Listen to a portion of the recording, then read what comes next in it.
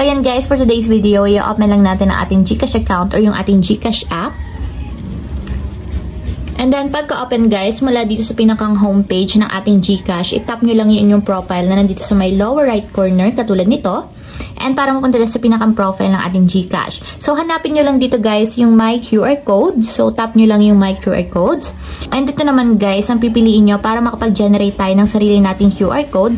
Yun yung gagamitin natin if ever na may magsasend sa atin ng pera sa GCash. So, tap lang natin dito yung Receive Money via QR Code.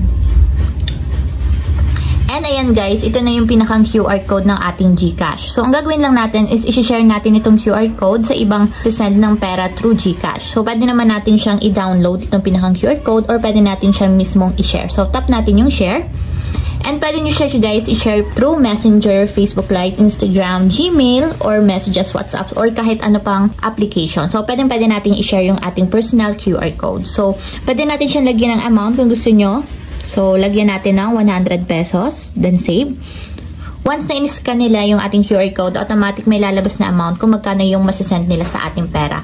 And hindi sila magkakamali dyan guys, kasi personal QR code natin yan. Sa atin talaga mapupunta yung mga sasend nila na pera.